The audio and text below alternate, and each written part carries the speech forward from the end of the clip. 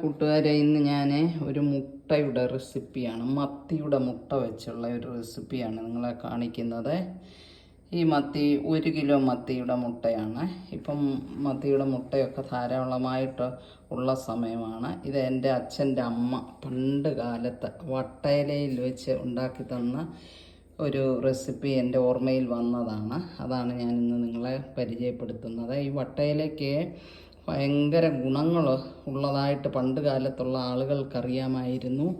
ഇതിന് രോഗപ്രതിരോധ ശേഷി വർദ്ധിപ്പിക്കാനുള്ള കഴിവ് ഈ ഇലയ്ക്കുണ്ടെന്നും, പിന്നെ പഴയ കാലത്തൊക്കെ മഴക്കാലമൊക്കെ ആകുന്നുടനെ ഇതിൻ്റെ ഇലയിൽ ആഹാരമൊക്കെ പാചകം ചെയ്ത് കഴിക്കാറുണ്ടായിരുന്നു. അത് രോഗങ്ങളിൽ നിന്ന് തടയാനാണെന്ന് ആയിരുന്നു അവരൊക്കെ മനസ്സിലാക്കിയിരുന്നത്. അതുകൊണ്ട് ഞാനിന്ന് ഇത് അപ്പം ഉണ്ടാക്കി നിങ്ങളെ കാണിക്കാം. ഇതിനാവശ്യമായിട്ടുള്ള സാധനം തേങ്ങയാണ്. അതുപോലെ ചുമന്നുള്ളി അരിഞ്ഞെടുത്തു, ചെറിയൊരു 2 കഷ്ണം വെളുത്തുള്ളി, ഞാൻ ഒരു മുളക്, അധികം എരിവ് വേണ്ടവർക്ക് ആവശ്യത്തിന് മുളക് ചേർക്കാം, ചെറിയൊരു കഷ്ണം ഇഞ്ചി, പിന്നെ മഞ്ഞൾപ്പൊടി. ഇത് കൈയിട്ട് നല്ലതായിട്ട് യോജിപ്പിക്കുകയായിരുന്നു അന്നൊക്കെ.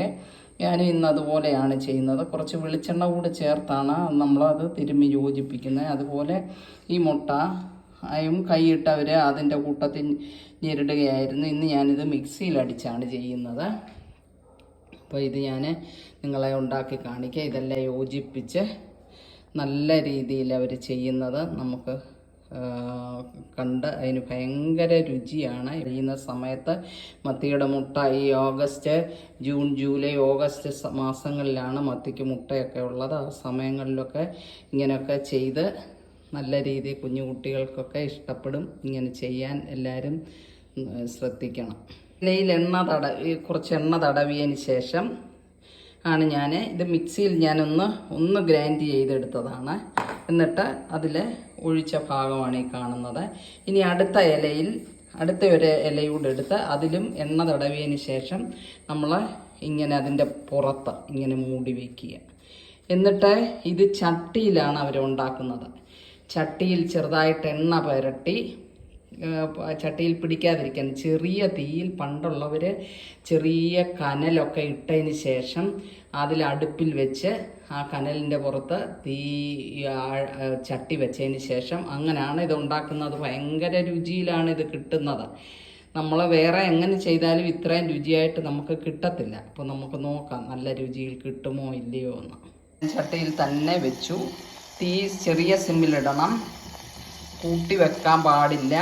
പിന്നെ ഇതിൻ്റെ പുറത്ത് നമുക്കിനി ഒരു വെയിറ്റ്, കുറച്ച് വെള്ളം ഒഴിച്ച്, പക്ഷേ എനിക്ക് അത്രയും ഭാഗം കിട്ടത്തക്ക പോലെയല്ല, ഒരു പാത്രത്തിൽ, ചട്ടി തന്നെ ആയിരിക്കും നല്ലത്. എനിക്കിപ്പോൾ അത് ചട്ടി ഇല്ലാത്തതുകൊണ്ട് ഞാൻ ഒരു പാത്രത്തിൽ കുറച്ച് വെള്ളം ഒഴിച്ച് അതങ്ങനെ വെക്കുന്നതിൻ്റെ കാരണം ഇത് ശരിയായിട്ടും നമുക്ക് നല്ല മൊരിഞ്ഞ് കിട്ടത്തക്ക രീതിയിൽ എടുക്കാൻ വേണ്ടിയാണ്.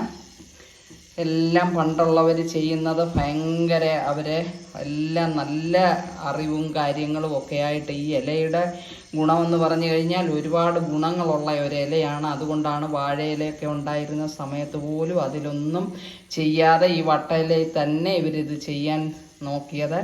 അപ്പോൾ നമുക്കും ഇത് പരീക്ഷിച്ച് നോക്കണം.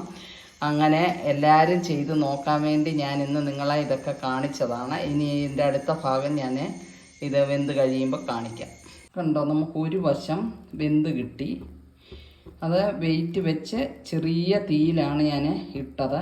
ആ ഒരു വശം വെന്ത് കിട്ടി. അതിന് അടുത്ത വശം കൂടെ നമുക്ക് വെക്കണം. അതുപോലെ തന്നെ ആ വെയിറ്റ് വീണ്ടും വെക്കണം.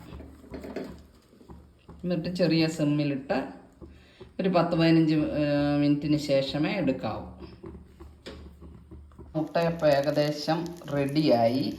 കണ്ടോ, ഇതാണ് അവസ്ഥ. ചെറിയൊരു കരിവ്, അന്നൊക്കെ ഉണ്ടാക്കുമ്പോൾ ഒട്ടും കരിവ് വരുന്നതല്ല.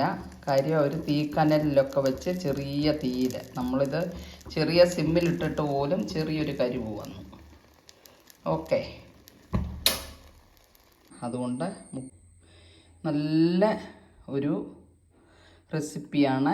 നല്ല രീതിയിൽ ഈ ഇലയിലെ കുറച്ചൊക്കെ ഭാഗത്ത് പിടിച്ചിരിക്കുന്നുണ്ട്. ആ എണ്ണ നല്ലപോലെ തടവിയ ഭാഗത്ത് ഒന്നും പിടിച്ചിട്ടില്ല. അപ്പം നന്നായിട്ട് ഇത് ഞാൻ പറഞ്ഞ രീതിയിൽ നിങ്ങൾ ഒന്ന് ചെയ്ത് നോക്കുക. എന്നിട്ട് ഇതിൻ്റെ രുചി അറിഞ്ഞാൽ അടിപൊളി രുചിയാണ്. ഞാൻ ഇന്നലെ ഒന്ന് ചെയ്തു, അത് കഴിഞ്ഞിട്ടാണ് ഇത് ഇന്ന് ചെയ്തത്. ഇനിയിപ്പോൾ ട്രോളിങ്ങൊക്കെ നിയന്ത്രണം മാറ്റി കഴിയുമ്പോൾ ഒരുപാട് മുട്ടക്കയുടെ പനിഞ്ഞിൽ വെച്ച് അടിപൊളി മുട്ടയപ്പം, വട്ടയിലയിൽ മുട്ടയപ്പം. ഓക്കെ.